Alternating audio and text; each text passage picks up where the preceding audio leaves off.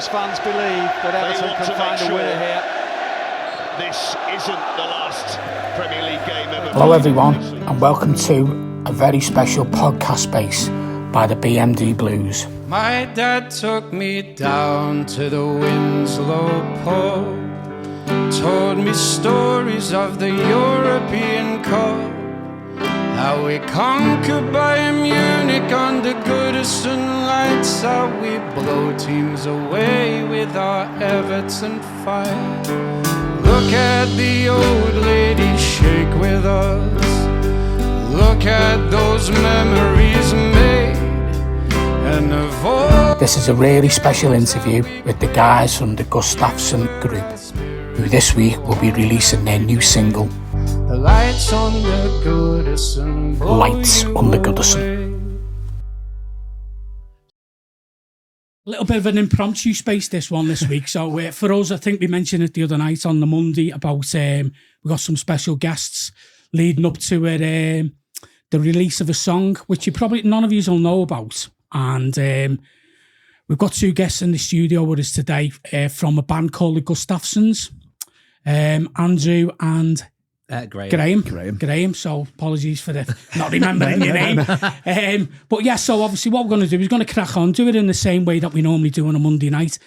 Jamie's not here yet, and he'll rock up at some point because he's always fucking late as it is anyway, isn't he, as we know. Making my eggs. Or is he making is he doing text messages like he normally fucking does? So we'll see. But yeah, no. So obviously crack on then. So welcome. Thank you, Andrew. Thank you for having us. As I said, I'm a regular listener to the show, so it's nice to meet you guys in person. Yeah, brilliant. That's great. I mean, obviously, from our perspective, is obviously, it's great that you contacted us. We weren't sure. If we're honest with you, we weren't that sure, to be quite honest. Thought, is this a fucking wind up or whatever, But no, and I think you were the same, weren't you? And it's obviously, it's really nice. I mean, listen, we don't really get a lot of recognition for what we do other than the people that listen to we, and we're not really asked. We're not in it for that. No.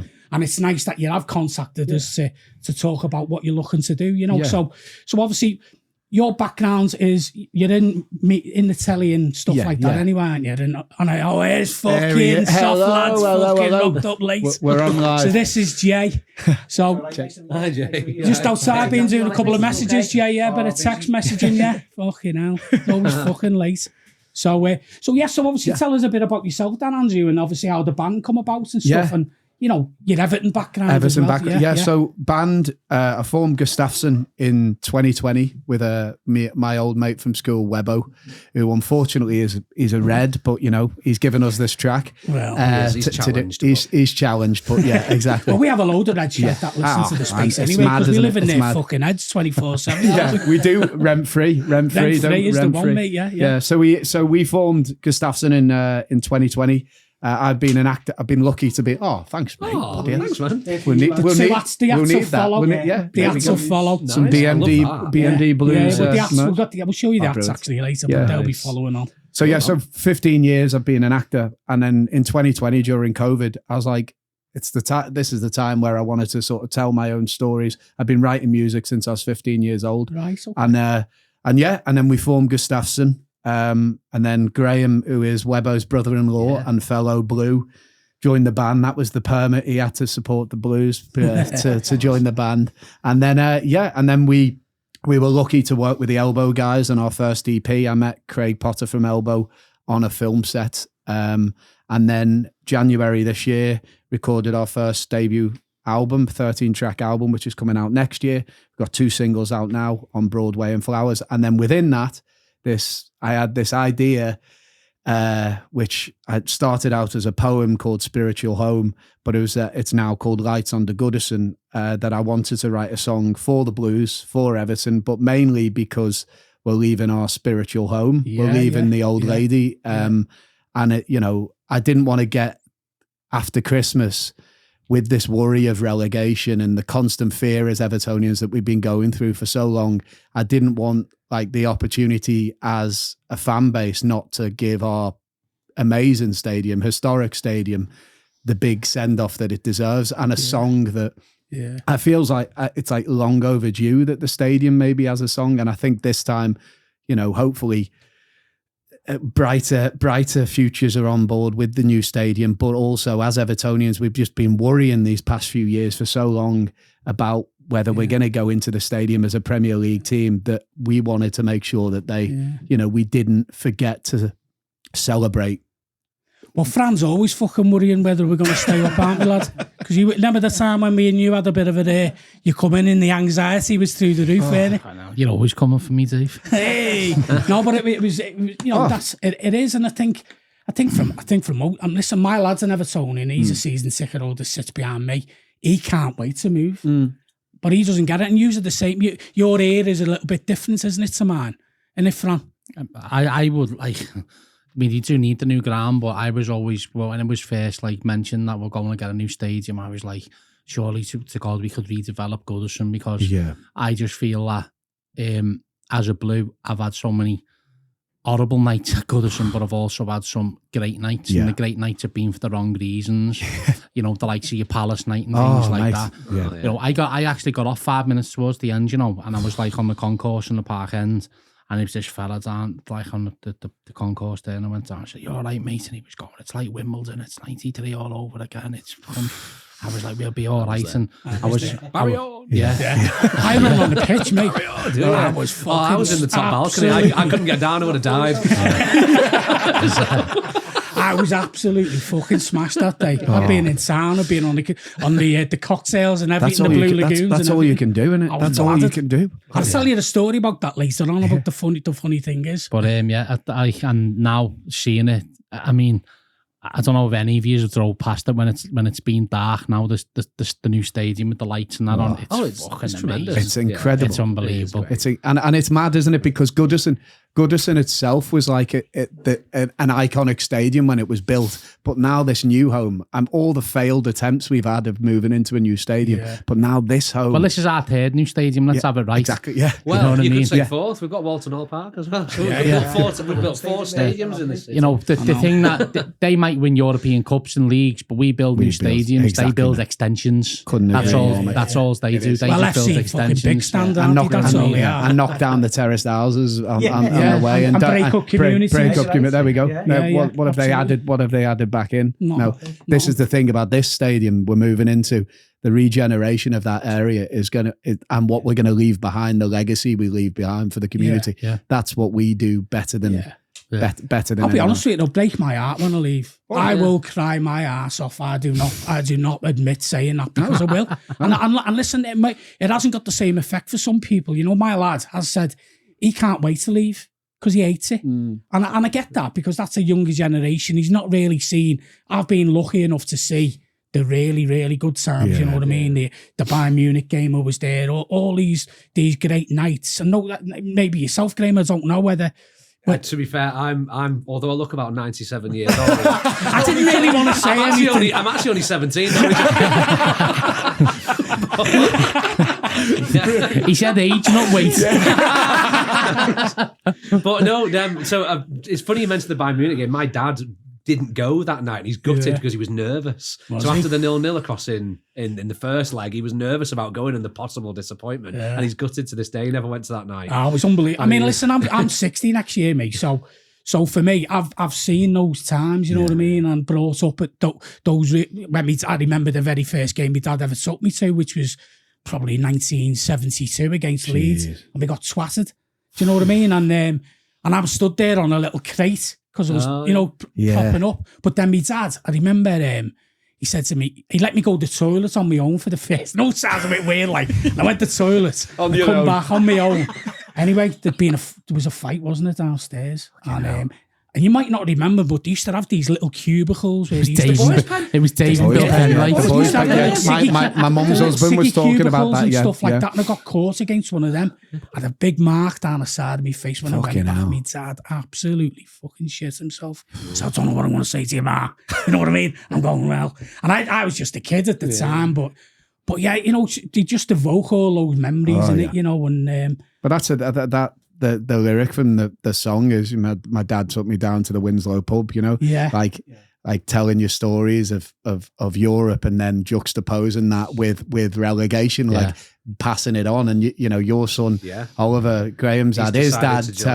He's decided to join. Yeah, I'll let him make his own choice. Just anyone, but it's but very then. good. It's very good. Obviously, the song very good. Oh, thanks, mate. No, it is. I must admit. I mean, and obviously the inspiration behind it clearly was. So, was you approached by the club for that? Was you, or was it? No, we had you were in Cornwall, weren't you? He was in Cornwall. I said, Graham, we're going to do it now. We just finished the album, and then we went into Coastal Sound Studios in Liverpool with Tom Roach, who's done like Kings of Leon and Sam Fender, and he mixed it for us. And then we went to Everton with it. Oh, did you? Right.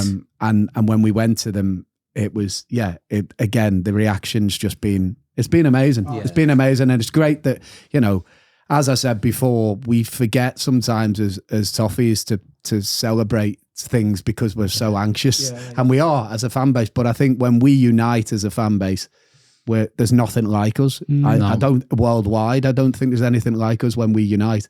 It doesn't happen as often as we'd like, but when we all come together, and that's what we hope with the track in Everton. And we've said to them, you know, we want to give the fan base something. We all have our own personal stories, Boys Pen to relegation to Europe. But this is like our offering to the fans, and just giving us something around Christmas as well to get behind and sing. It'll go down very well. Oh no, I think of the song as a journey, just like the stadium's a journey, and the game itself is a journey, because you've listened to it. You know, it's like a track of two halves, like a game of two halves. Yeah, and it's got that I think that beautiful emotive side of looking back at the history of Goodison. Yeah, how many firsts have happened at that stadium? Oh mate, so many. It's countless. How pioneering that stadium is really across the world. And then moving on to the celebration of all that good times that we've had at Goodison as well. And I think the song really speaks. Yeah, I feel as though it does. And I hope it has that same sort of effect for the fans. Yeah. So did you write the lyrics? Did you, Andrew? Yeah. The lyrics was, as I said, originally a poem I wrote on a train back from. I'd been the Alex Iwobi winner at Goodison against Newcastle, where the Riddler came on the pitch and all of that stuff happened. Just I was Save just oil. The first in Goodison. Has anyone else cable tied themselves to a post?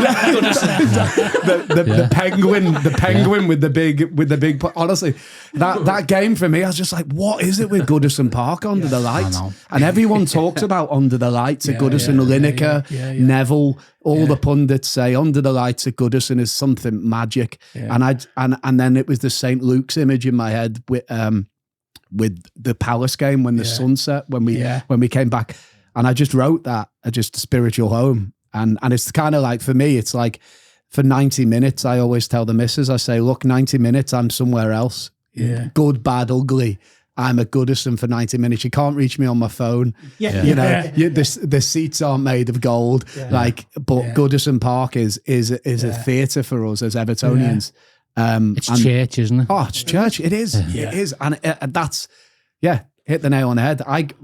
Family grew up on Andrew Street, right next to the Windsor. I've had christenings, funerals, 18th, 21st, all at that pub. And this, the stadium means more to me than.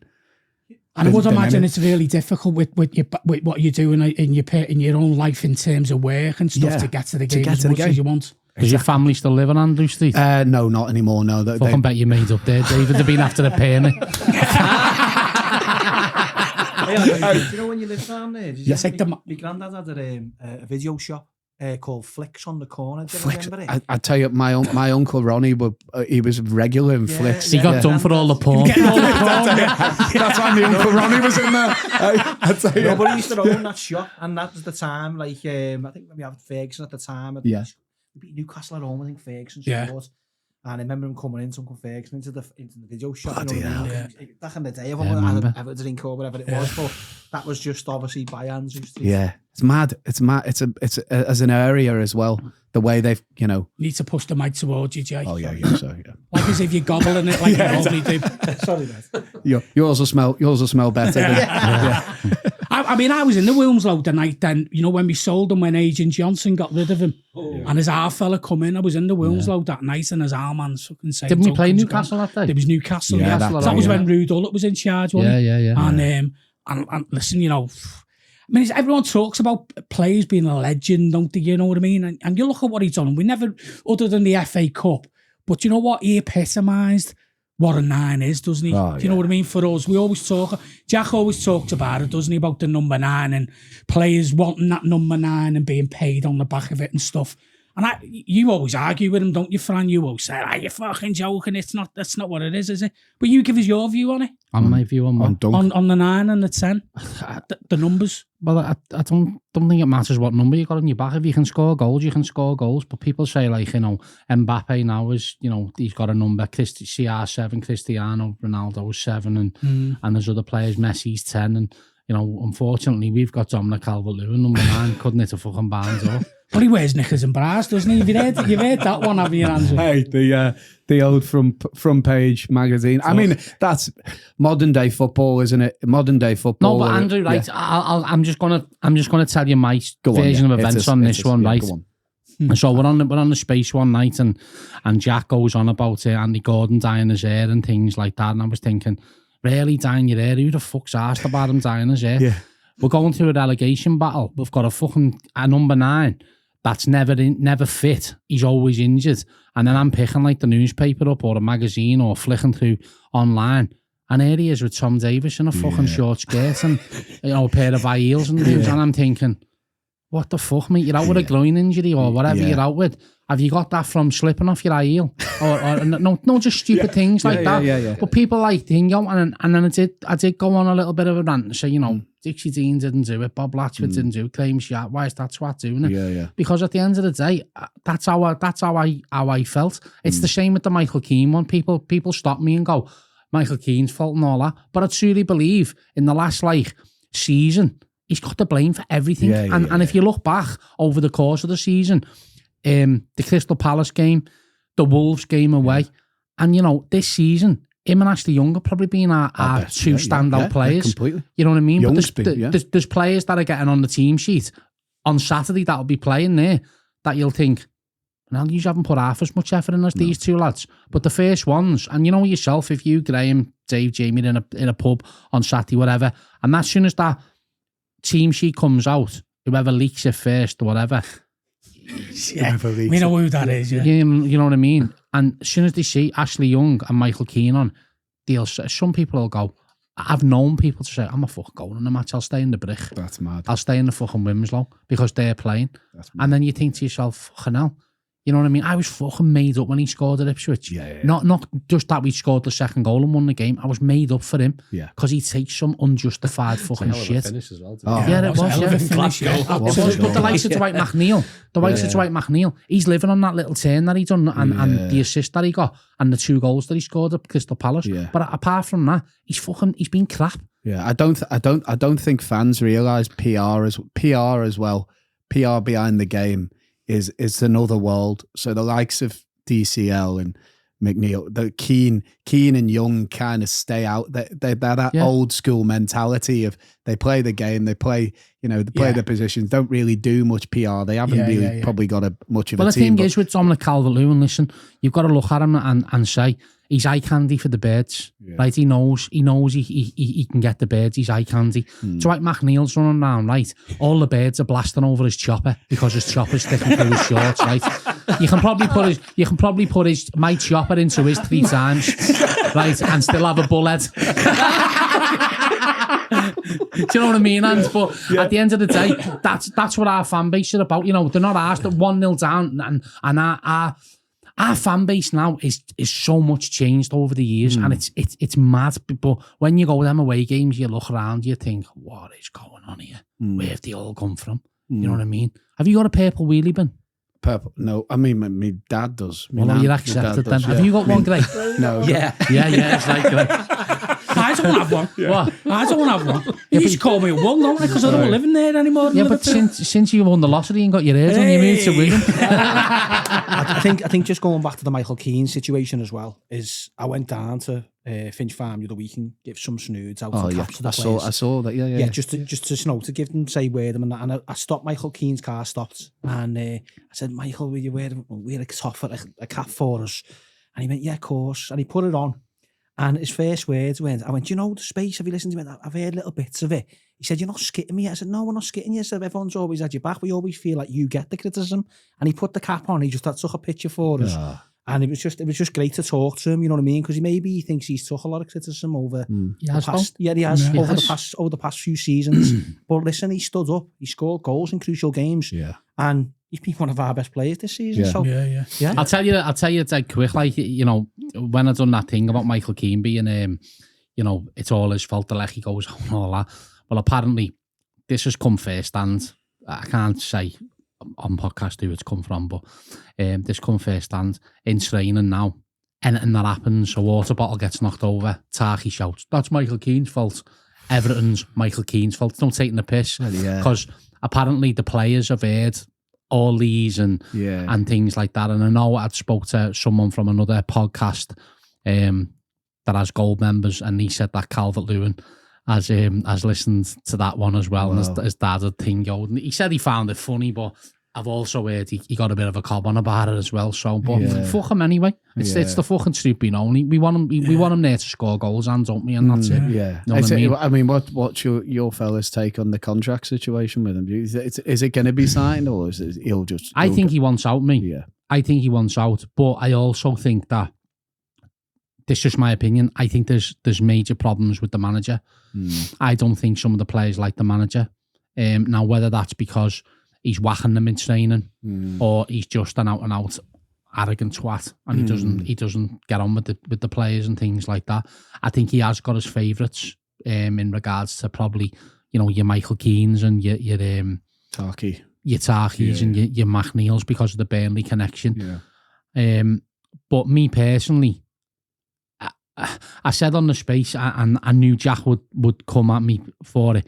I said, if it meant Everton getting beat on Saturday, for him to be gone on Monday and start afresh at the Man United game with someone else in charge, who that would be, I don't know.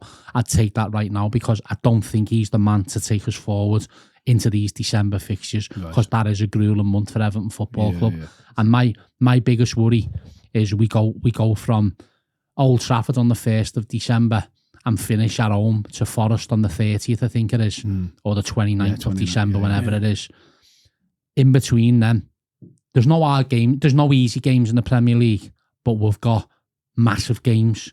Arsenal, Chelsea, Liverpool, back to back. 3 games, home and away, 2 at home, 1 away.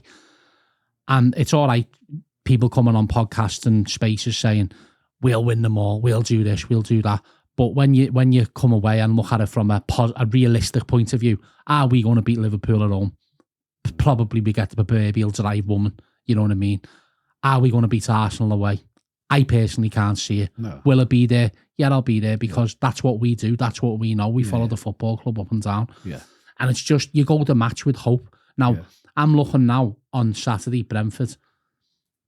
Do I want to go to the match? Yeah, of course I do, because you see some great characters there and things like that. And you do. You always have that one character in the stands. Yeah. Dave's got one in the front of him. You've probably seen him, Dave. He's sitting at the disabled bit and he runs up and down. He's giving away fans loads and things like that. Right. But you know, when Everton are getting beaten, you see something like that happening and the thing going, they're giving it loads. You know, it's funny. Yeah. Like I got whipped out by a policeman because my little lad had swore at the Newcastle fans last season. But there was this like fucking... Well, I can't even say what I want to say, but Newcastle fan giving him stick because he wears thick glasses, me lad. And I was like, really, mate? He's a kid. He's 8, you know what I mean? 7, 8 at the time, whatever. And my little lad was giving him the 2 fingers, and the policeman called me and said, you must be really proud of him. I said, I'm proud of him every day. So I said, why have you just stopped me? I said, he's golden, the kid there. I said, what do you expect him to do? And of course, I went over and I got, you fat bastard, you fat bastard. But listen, they can call me all the fat bastards going what they want to do, right? Yeah. When they look at their hands, they've all got 6 fingers. You know what I mean? Them fucking Geordie lot, mate. They're a fucking bunch of fucking pricks. They're all in the 50s, like Dave, and that going to match in full strip, full rig out. In the summer, they're going shorts and socks and all that with shinnies on. So when was the last time you went to get when over the match? Mine was this year. I've been away game. I was at the West Ham game. Yeah. I've annoyingly I've not been able to get to Liverpool as much because just being annoying. But it's every London game I've been at. This season, and I've got the Arsenal game. But I think we're planning to go to one. Yeah, we're planning to go to one before Christmas. Hopefully hopefully in and around when the single comes out. It's just annoying we've been so busy with the tour. We've been so busy with, I've been filming away.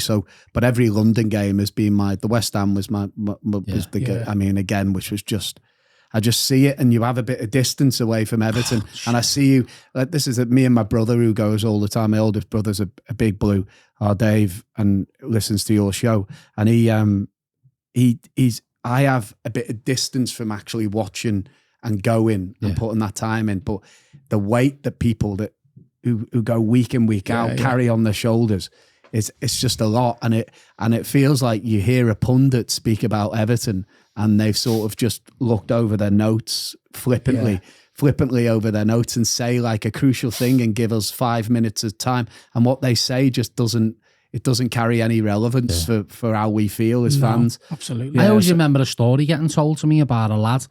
He was from Kirby, and we played AZ Alkmaar on the 21st of December. Whatever year it was, we were in Europe. And we played them. It was my birthday. And his bird was moaning, "You can't be going there, it's Christmas, right? You fucking thing going and all that." He was going, "I fucking am going, you're fucking not going," and things like that. Murder in the house.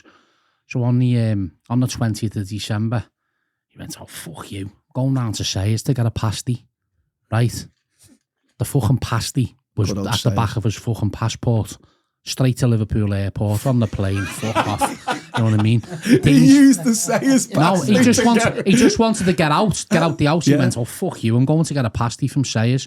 But on the way to Sayers, he diverted to Liverpool Airport and flew to fucking Holland to watch the Blues and come back. He must have thought, "I'll face the rap when I get back." You know what I mean? It's just the way it is. And that's the thing, isn't it, about everything with your song, and obviously getting back into that sort of realm and about everything that goes on at Goodison and just what it means, and you know that definitely comes across in the song. You can see that, you know what I mean. Without a shadow of a doubt, it means everything to us, doesn't it? You know what I mean? And it's like you were saying about before about Under the Lights, because Dyche's favourite fucking saying at the moment is "on the grass," innit? You know what I mean? But it does mean it evokes so many memories, doesn't it, for so many people? I mean, from your perspective, Graham, what would you say is your best, the best time under the lights? Oh, you always talk about. I always love this goal. So, do you remember? I flipping loved this player back in the day. Leon Osman, right? Do you remember? This is just my favourite goal I've ever seen at Goodison, apart from some big ones like Barry Owen. Do you remember we played Larissa, a Greek team? Greek team, yeah. Oh, and he my backheeled it. Oh my God. So it started literally end to end. Tim Howard, save it as near post, left, rolled it out to, I think we had Lescott at the back at the time, out to Bainesy, that big run, Cahill, 1-2, flick inside Pino, and that finish by Leon Osman. Oh my God. He never shuts up. I know, about that. I really love that goal. Honestly, and I was in the lower Gladys at the time, and if the net hadn't been there, the ball would have probably pinged me in the face. So I just saw it. I saw him just laughing as he was walking up to the ball because he knew. Yeah. And do you know what an underrated player he is? So underrated. And he scored some absolute killer goals. He played in Scam, Leon. He played in Scam, Scam. What about you, Andrew? One of the ones that come to mind that, I mean, the Fiorentina game, even though it was awful, just that night at Goodison. Arteta. Oh, mate. Yeah. That night. It was so painful, but it was just an incredible, like, to be on the cusp, especially, I mean, I always think of that Moyes team, what he did that year with Marcus Bent up front. Yeah. And the money he spent that year. Well, after losing Rooney. After losing Rooney. Lost Rooney, wasn't it? But like the precipice, he always talks, doesn't it? Moyes always talks about if he had Lukaku in an Everton. He always said if he'd have had Lukaku. I mean, I know we had Yak at that season, but he said if he had somebody who was prolific for maybe a few years on the bounce like Lukaku was, But yeah, that night for me, Fiorentina, the injustice of being an Everton fan. Everton has taught me a lot in life to be able to deal with injustice, like injustice and things, hope killing you, and almost I meet a lot of Evertonians in our line of work who haven't been able to shout about things for years, and as a football fan, I have such an understanding and appreciation for football. And are intelligent football fans and understand how other teams, feel. And I think Evertonians, as an overall, are quite empathetic people because of the injustice that's happened to us as a football club. And that night summed it up. I mean, you know, it was horrible, but it was an amazing, that feeling under the lads. I think you nailed it before when you said, like, you know, when shit hits the fan and we pull together. Oh. I mean, we are all bipolar, aren't we? Let's have it. You know what I mean? Yeah. It's the electric atmosphere you get at Goodison. I feel like I've been at Goodison for about 9 1-0 wins against United. Yeah. And one of my favourites, it was again under the lights as well. Do you remember the year we finished 4th, Champions League season? Yeah. And we beat United 1-0 Yeah, and oh, Ferguson yeah. scored again, header at Gladys Street. I was there for that one. Atmosphere was unbelievably electric. I think Gary Neville got sent off for pinging a ball at a fan. Do you remember? Oh, was it Scholes? It was one of them, wasn't it? He booted a ball at a fan because they were goating him. And it's that electric atmosphere. It's that bait start when Goodison gets flipping, shouting and rumbling when all the feet are going on the upper Gladys and upper Bullens. That and on the back of getting into Europe, the injustice again of then the decision against Duncan. You know what I mean? Again, when we were over in Spain, Villarreal, you know, and Kalina. You know, he's felt guilty about that to this day, hasn't he? Kalina, he's even come out and said it, hasn't he? He knew he got it wrong. He was they what was it? Yeah, they get the pre-match notes, don't they? Yeah. Pre-match notes about players, and he targeted Dunk. Yeah, he'd said he was going to watch him when he came. The only referee I really rate now is David Coote. I think he's fucking absolutely fantastic, mate. I think he needs an MBE. You know what I mean? You know what I mean?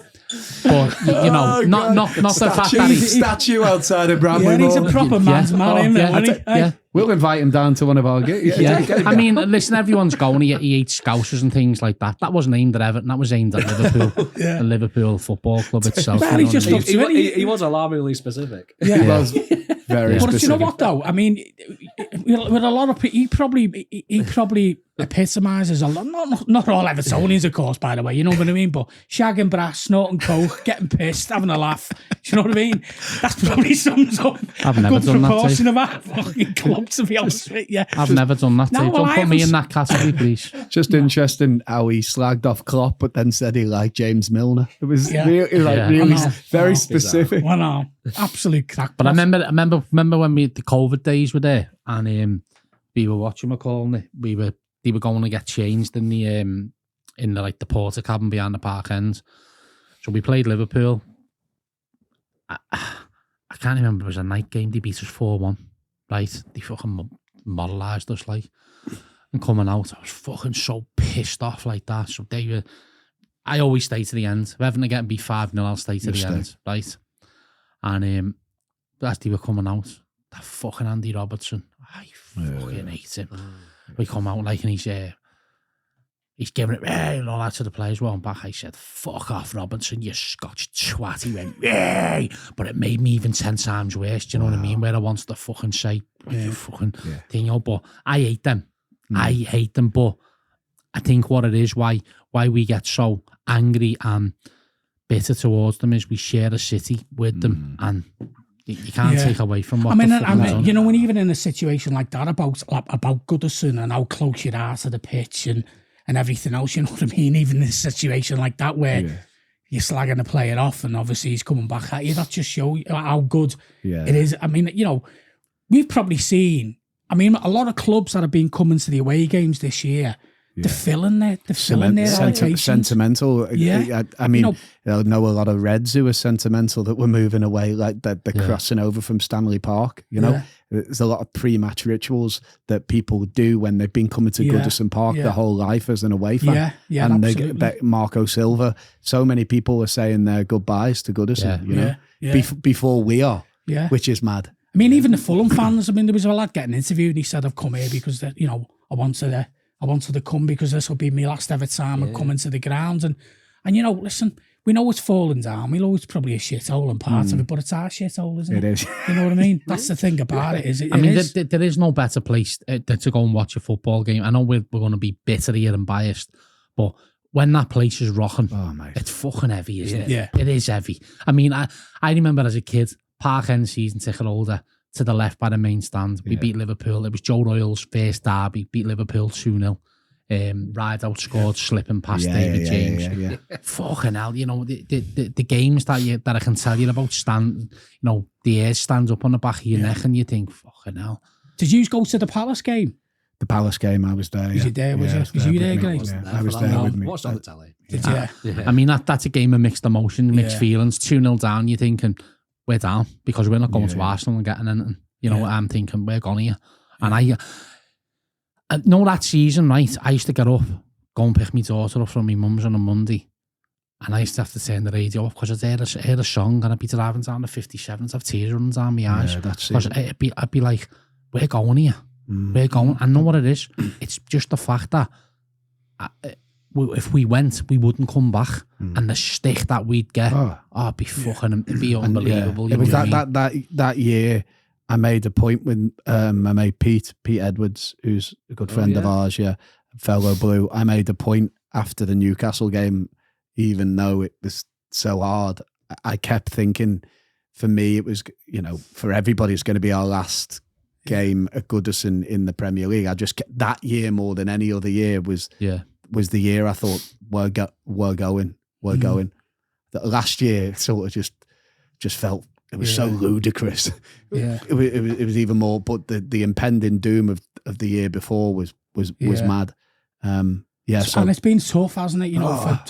For the last few years. I mean, Jack's not here today, but obviously Jack comes in and on the space, and obviously he calls it the Everton anxiety, doesn't he? And it's absolutely kicked in. And and I remember going back to the story when we played Wimbledon, and that day, obviously, gone into town with my mate, bladdered, gets the game. And the funny thing was there, I was making a fucking right nuisance of myself. I was in the paddock that time, and that's what Barry Owen run on, scored the goal, I run on the pitch, come back off, Copper grabbed hold of me, said, next time you run on that pitch, you're out the door. And I was going, come on, mate, I'm an Evertonian. Well, I'm an Evertonian, you don't fucking see me running on the pitch, do you? Anyway, by the by, as we do, we stayed up. Then, a couple of years later, and this is how weird it is. Get on the beach and go to Brasshouse then? No. But we went, so I'm married now for 28 years, my missus, so we live up in Billings, so Wimbledon game was 30 years ago. Only a little place, and we go to see the priest, to organise the wedding and talk about this, that and the other. And we goes into the house, and they had like a little waiting area before you'd go and had the interview with the priest. So I'm sitting there. Next thing is, this other couple walked in, and I had like a little Everton badge, and she sits down, she goes, I know your face. And I was thinking, okay, now I hope not. I'm not someone that I've shagged before, but I never know. But anyway, day for it. Yeah. But next thing is, she sees the badge and she goes, the paddock. You were in the paddock, Everton, Wimbledon. You made a fucking nuisance of yourself. You were jumping all over me and everything. I didn't even fucking remember, to be honest with you. But weird, you know what I mean? Just these little stories of that come back, and like you say, there's loads of them, isn't there? And it will be sad. It might not be. I don't know. Will it be sad for you, Fran? Do you think you'll be leaving Goodison? Yeah. What about you, Jay? Yeah and no. I want to move. Obviously, we need to move to a thing, but obviously, listen to the song as well. It brings back a lot of stuff for me, because I say my granddad used to take my brother to the match, and then I started going to match, and then I just don't want to lose what Goodison has got.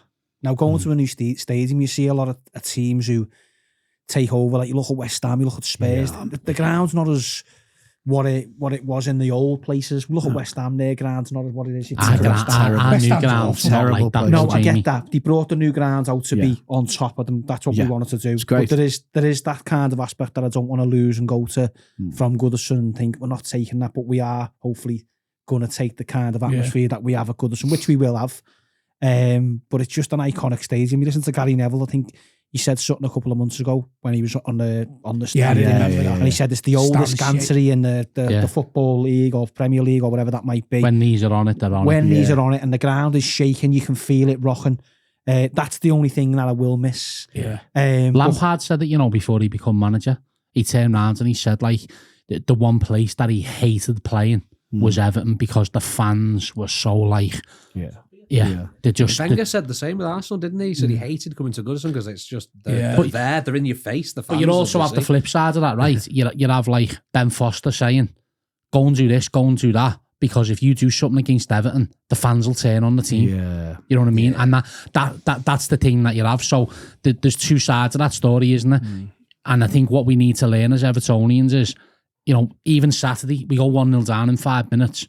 Let's not just get on the back because it's not helping any fucking one. It doesn't. It's not helping anyone at all. But that's unfortunately what happens because, and let's have it right, everyone that's in that ground on Saturday doesn't listen to Twitter, doesn't see fucking Instagram, doesn't see Facebook. There's loads of people in there that haven't got social media, that don't see what thing, you know, that doing the rally cries and the flags and things like that. I've got my own views on the flags, but listen, let them all crack on with it. What will it mean for you, Graham? When obviously, I'd say you're gonna try and get there on the last day, the last game. Fingers crossed. Yeah.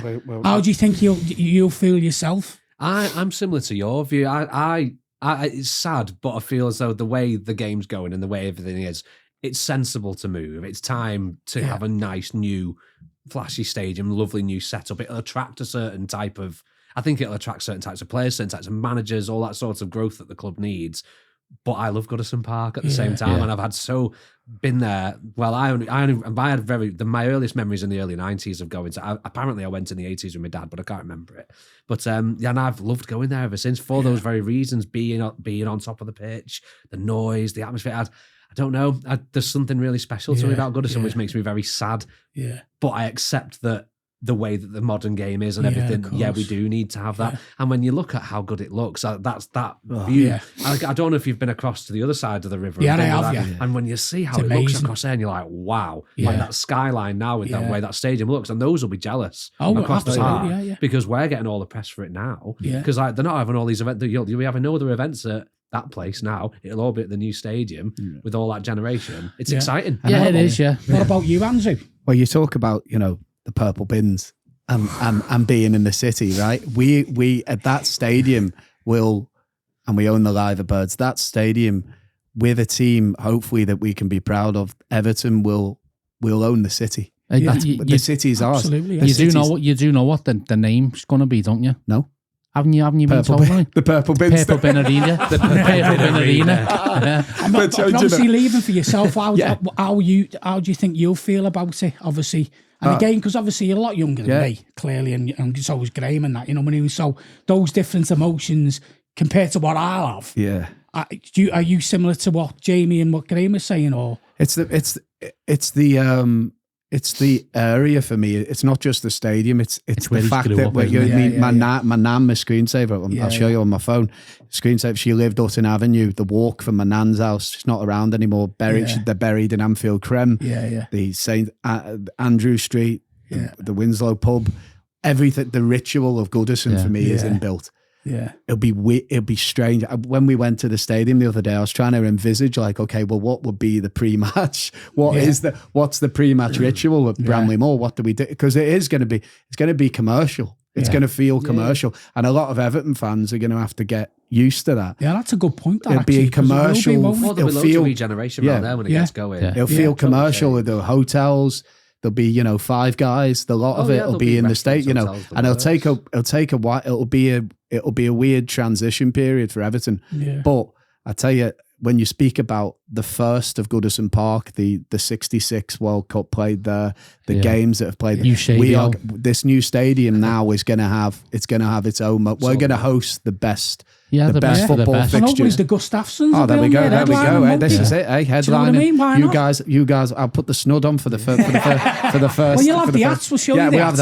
I still think the new stadium looks dead intimidating. From the outside, it's so steep. Yeah, it is. It does look amazing. I mean, everyone's moaning, aren't they, now about this tenure thing and whatever about like where they're going to sit and that. But if you look around the stadium, there's not one fucking bad seat there's in no there. There's no lower bullens there. There's not one pole when you face it. I mean, I think you're right about the rituals as well. Because I mean, look, my mum and dad are not here anymore. So my dad obviously took me as a kid.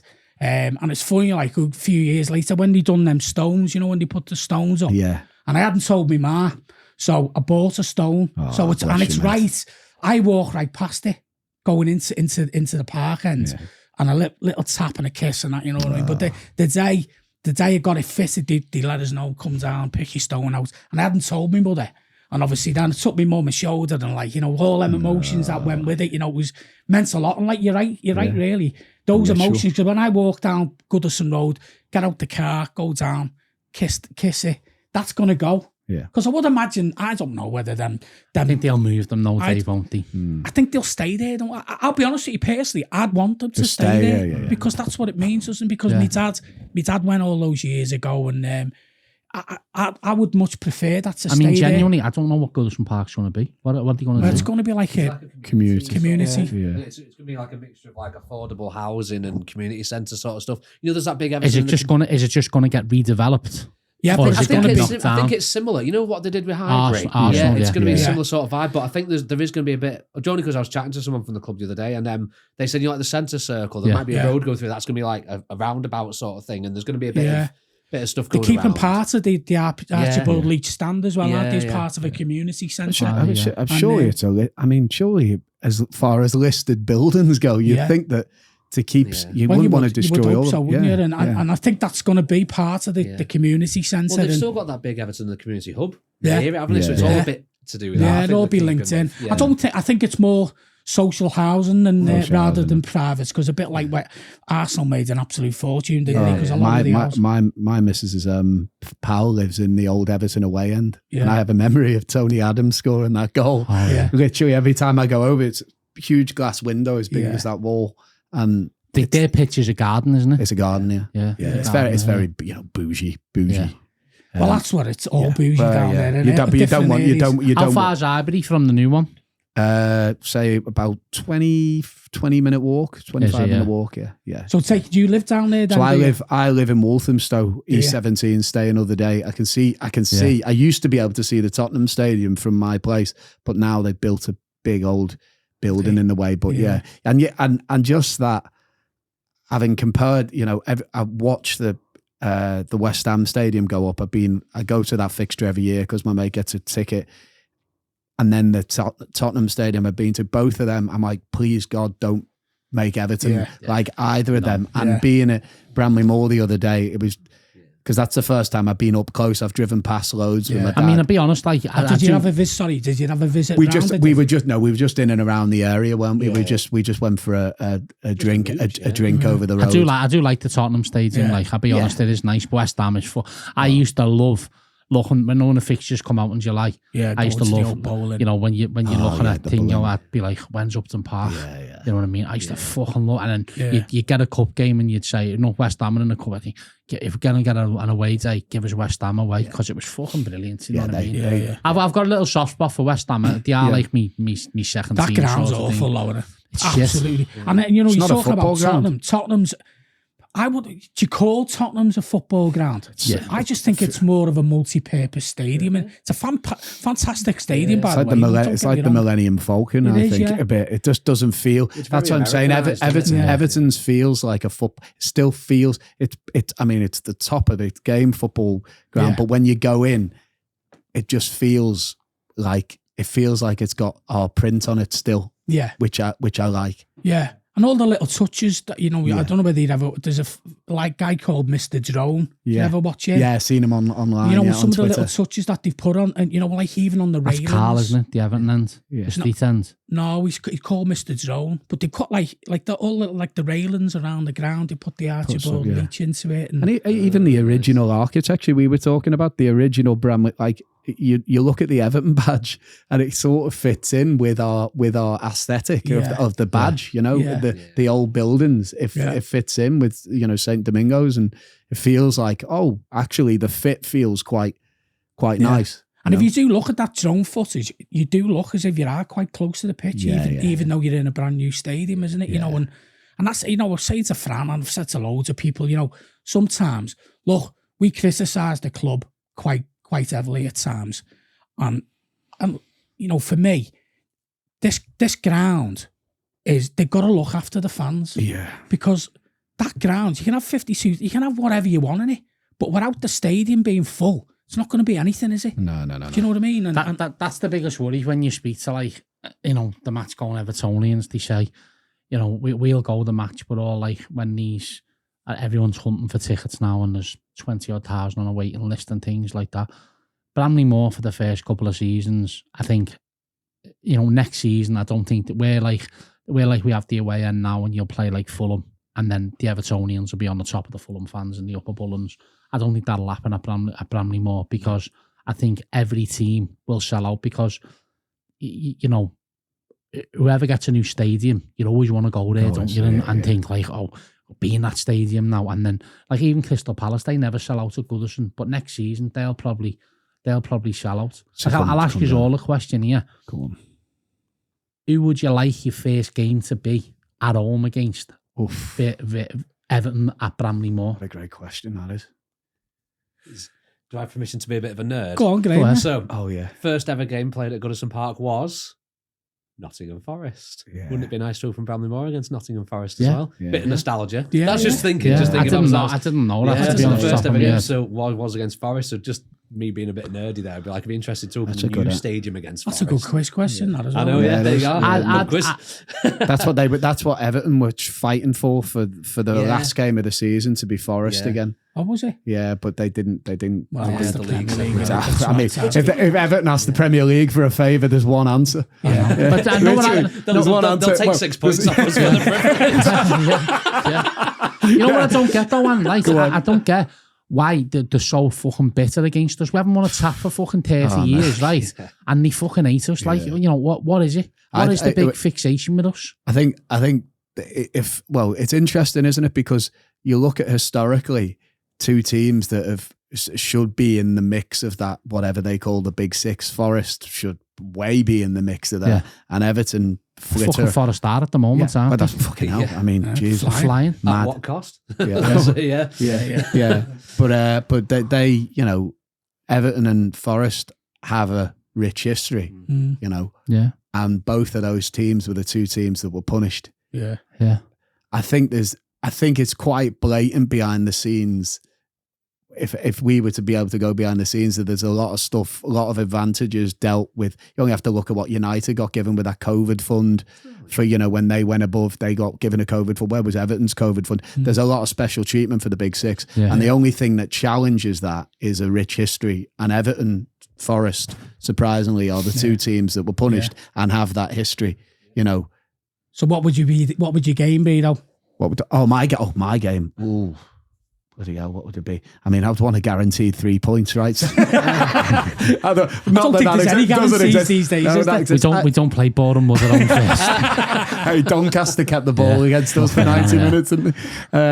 Who would I have? Yeah, I mean, the Forest is a good shout. I mean, I'd like a United or something, you know, a United or. Who would you like to? Do you know what? I'm like you. I've got a bit of a soft spot for West Ham. And I quite like West Ham. I'd like to have West Ham as the first game, maybe. Or, do you know what? It definitely wouldn't be the red shite anyway. Let's put it that way. It'll never ever be. That'll never happen anyway. The Reds at home first. But you never know the fucking Premier League, do you? Do you know, I'd like one of those teams who come where, if it is Dyche, you know, if we don't have the ball, the fans, you know, when you play against the United and you appreciate any time you switch the play or keep the ball for 5 minutes, we appreciate it. Yeah. One of those teams that it feels a bit like a bit of a spectacle. I don't think it'll be Dyche.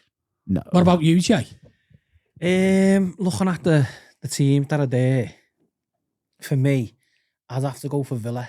Oh, Villa. 100%. Yeah, Villa, because the most played fixture as well. With Everton. They're going to bring a big crowd as well. We want someone who's going to rock the ground. They're going to rock the ground. Anyone's going to do that, no, I get that, but anyone. But some teams might, you talk about Southampton, Palace, we're saying that they might bring the fans, but there's an if that they might retain some of the tickets, which is a good thing for us. Yeah. But I just think Aston Villa would be the best fixture for me. I say Villa because it's the most played. Yeah. And especially touching on what happened at Bramley Moore and you know, our friend that lost his life. Yeah. What they done for us on the at Villa Park and what they done gorgeous, for the Jones family. It was unreal, you know what I mean? Beautiful. So there's a little bit of friendship there now and things like that. And I don't think there's any bitterness with Aston Villa.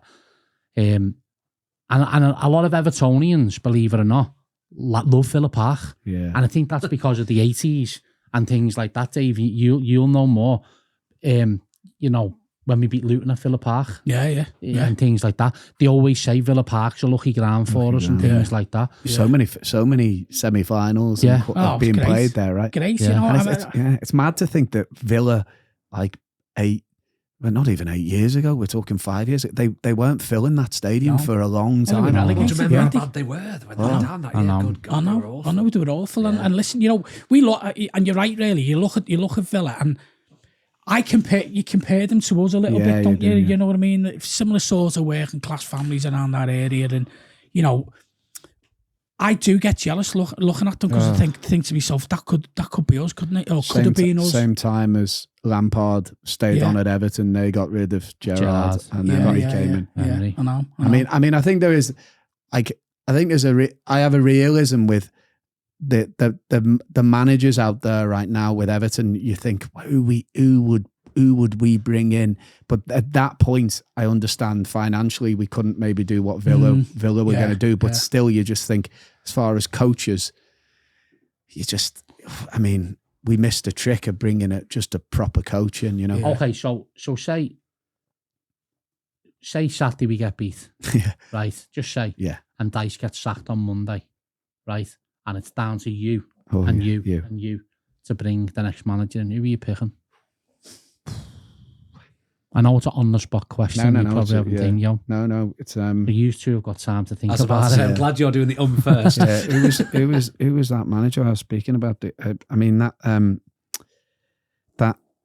Stuttgart manager. Oh yeah, I don't know his name. But him. I mean, I kind of want us to go a bit like just purified coach.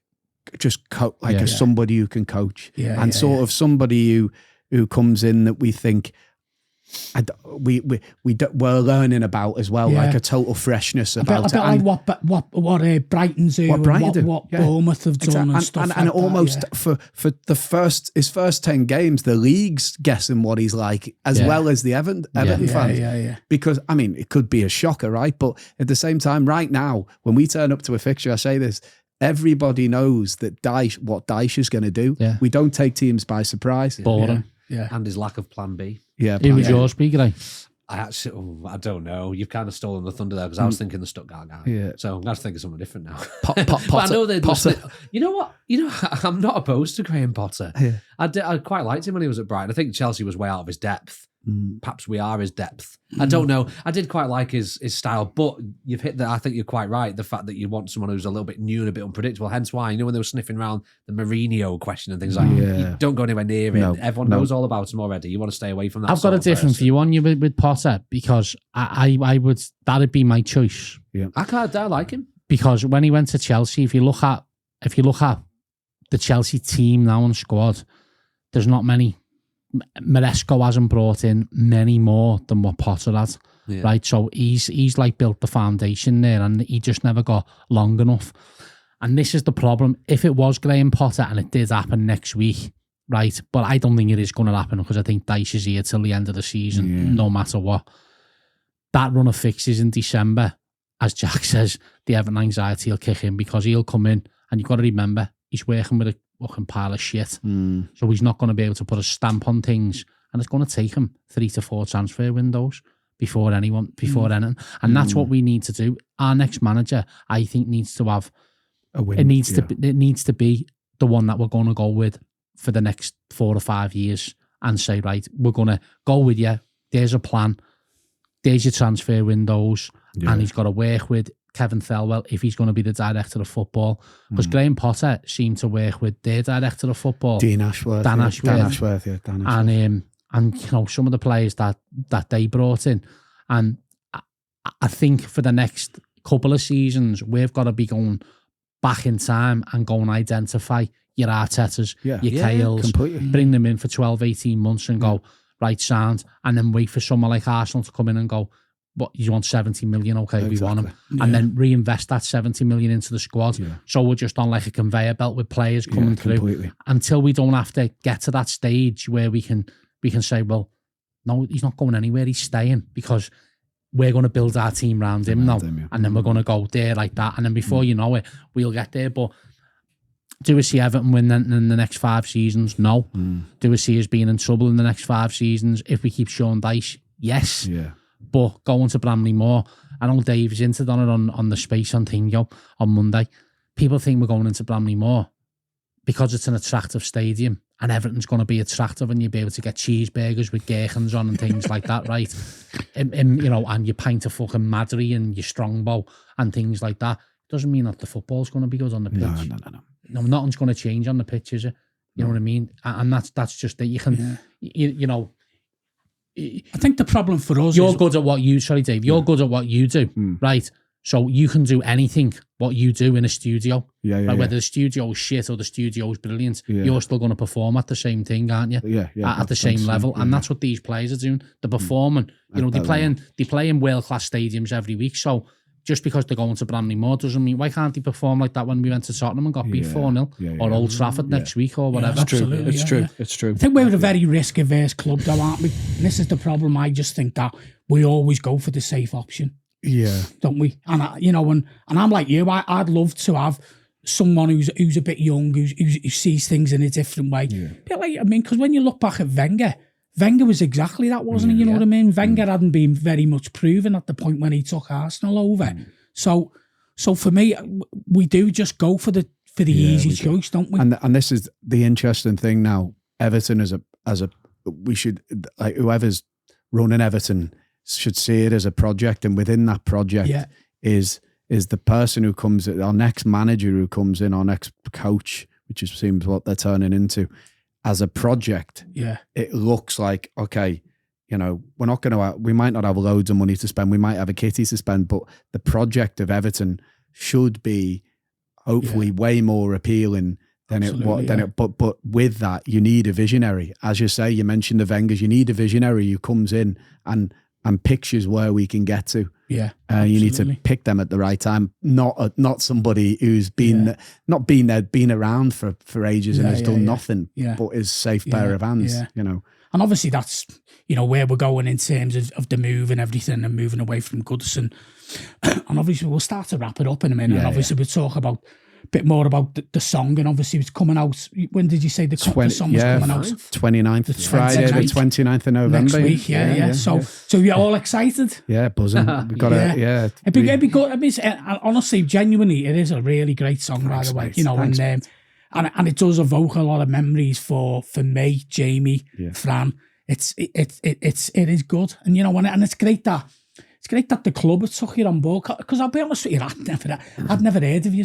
If I'm blatantly honest with you, and I don't suppose that there's a lot of people out there. No, well, I mean, we formed, as we say, as a band in 2020. We did an EP in 2022, and then we're just releasing our first album now. So in a sense, for us, the beauty of it is we work with some amazing people, Elbow, Burr McCreary, Sir Ben Kingsley's on the album, but this for us is another way for us to not only give Everton a song, but hopefully people like yourselves, the next gigs we're doing in Liverpool. So is that the type of genre then? Is it that sort of music that you're playing anyway? Because I've not listened to all of your stuff, you know, so is it more the Elbow type sort of genre, or? Yeah, I think we're quite diverse as a band, to be honest. Because it's like, you've got the tracks like Under Goodison, great. It's a little, like, a bit uplifting, almost a little bit like Celtic at times. But then we've got songs that are a bit rock more rock and roll, and then we've got some bits that are in between. There's a bit bars. We are quite varied. So I think we've got a bit for everyone in there, which is what we're aiming for, really. So where did the name come from? I've got a Swedish grandmother who married a Scouser. Her name was Louisa Gustaffson. So instead of being called the Andy Gower Band or the Toffees, we went for something. It was, we went for something that is a pseudonym, is a home for the music. And as Graham said, we write blues, we write rock and roll songs, we write a folky song, but the main thing, what we want people with Gustaffson is to just find a story there that would tell. It might be a song about Everton. We wrote a song about the Jack in Liverpool, the Jacaranda Club. But I've been writing music since I was 15 years old, and this is my opportunity to share music with. I feel like the modern day music's algorithms and Spotify's has maybe taken away from bands writing stories like the Beatles. We go back to the Beatles used to do, the Doors used to do. So we're trying to make a vintage record in a modern algorithmic world. We say that's what we say. And in terms of you, obviously, because I know you obviously appear on a lot of programs on the television, don't you, Andrew? And so Where do you see that going? Are you looking to maybe just keep that balance right? And keep it. Yeah, just do both. The nice thing I is, suppose you've still got to earn money, haven't you? So. well, you have, as do we all, eh? Do we all. What do you do, Graham? I'm actually a nurse. Are you? By trade, yeah. Right. I mean, mate of mine's a nurse. He's a nurse in Wiston. I'm over at Bolton. Oh yeah. Yeah. A&E is my background. I'm A&E matron. Right. So, Okay. yeah, I'm up there now. But Right. I'd prefer to be playing rock and roll for a living. I'm not gonna lie. I'm worried you're a bass guitar, aren't you? No, drums. Engine room of the organisation. Yeah, well, you know, Cozy Powell and stuff like that. Are you the singer, Iron? I'm the singer, songwriter. Yeah. I used to love rock music years ago. It was funny, like my cousin. So, a little bit of a brief story. Our Peter was a lead guitarist.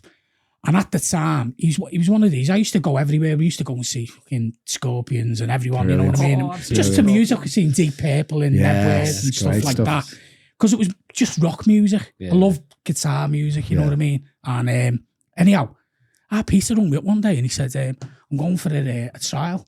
I went, all right, okay, yeah. He said, some fucking band called the Lars. Honestly. So I went, really? I went, yeah. So anyway, he went along. And then I said to him, how'd you go? He said, yeah. He said, they've asked me. And I went, so what are you doing? He went, can't be asked. He said, I don't really like the direction that they're going in. Believe it or not. And I always say to him now, when I see him and I go, bet you're fucking sick, you never done that. And he said, you know what? He said, I'm not. He said, because I believe one of the band members is a bit of an arsehole. Right. So he said, I'm not really that bothered. But he's just gone off and done his music. Yeah. I mean, it was funny, you know, because do you ever remember the whistle test? The whistle test? The old grey whistle test, right? No. Anyway, it used to be a programme on BBC and they'd talk about, Whispering Mike. Hand up in the background there. Yeah, Whispering Mike, can't remember his surname. But anyway, this particular time, Jimmy Page and Roy Harper were on doing a bit of a riff. And it was a song called Blade Town, Up in the Lakes. So our Peter rings me up this day and he went, do you fancy going up to Blade Town? And I went, what the fuck for? He said, just go up there because they're talking about, so goes with a tent, gets dropped off at fucking National Express at Ravenglass and ends up in the middle of a fucking field with loads of cider. And he's got a guitar. He bought an Illusion. He had an Illusion, what's the name, guitar. And, you know, but yeah, I loved all that. And you know what? I really love proper music. Yeah. And I think it's gone, a lot of it, hasn't it? You know what I mean?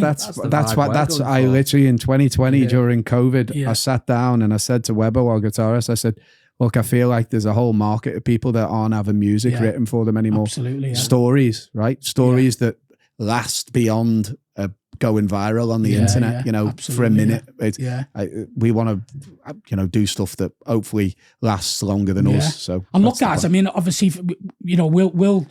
I think you said you sent me some photos, but they've not come through. Have they not? I'll send them again today. Maybe I don't know whether the file might be big or whatever. You might just split it on two and send them over. Brilliant. But obviously, look,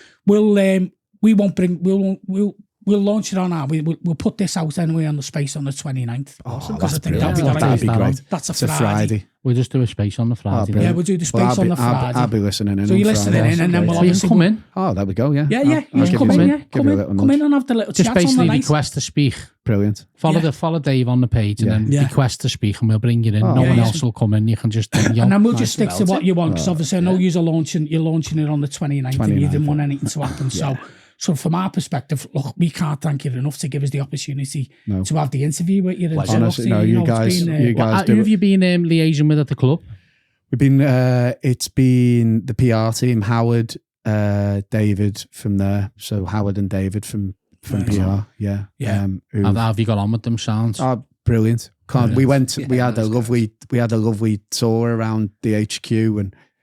They were great. They've been. I think the thing is, as we all know, the club's in transition, isn't it? You know, and you know, we've all experienced it sort of probably too publicly, and it's been. But they've been. I think, you know, hopefully brighter horizons are on. I bet you were buzzing, weren't you, when you said that they took it on balls, and you know, and it's a great platform, and whatever it is, you know what I mean. To have it out there. I mean, we're just, you know, we are two 12-year-old boys back in Goodison Park in our own, you know, in our full Everton kit. Yeah. You know I what? just find it dead funny. It started off like I'm sat on a beach in Cornwall, get a voice note from Andy, as I do. Just him just talking to me basically with his lyrics down the phone. Next minute, Where they're you at meet him, Everton HQ. you're sat in the studio, light goes on, you think mint, and then the next time you're sat in Everton HQ having a chat with PR, you're like, and now we're here on shows that we listen to. So Listen, it's, I can't thank you enough for giving us the thank you so opportunity. much. Because we did think it was a wind up to start with, but you're going to be on Anton Deck Friday night, weren't you? but look, we'll put it out there. We'll do a space on the Friday, and then throw some clips out. We'll throw the full interview. Yeah, we've got some assets to send. I'll make sure they're onto you. Fantastic! That'll be brilliant. And listen, I can't thank you enough, guys. Amazing. It's been really good. And what he's up to now? What are we doing now? We've got a band. We've got a band practice tonight, haven't we? Yeah, we've got a sold out gig in London. On are you doing anything up here? We just did the Jack. We did the Jack. Just been. Love to come when when you're up here again. Give us a shout. When the album's out in March, we're doing an in-store at Jacaranda Records, and then we're doing a gig there. So we'll put some tickets aside for you. There's a big great time coming up. I think London's our last stop, and then we're having Christmas off and doing. Yeah, why not? Get pissed. Yeah, exactly. Absolutely. Hopefully we'll have Michael Keane on stage with us at that point as well. Brilliant. Yeah. No, listen, thanks again. I really thank you again. Brilliant. Really good. Nice one, Would you blame Michael Keane if you snapped a guitar string? We do now. Yeah. Brilliant. That's great. What a line to finish with. Yeah. Great stuff. Thanks again, lads. I really appreciate it. Cool. Amazing. Thanks. Sound.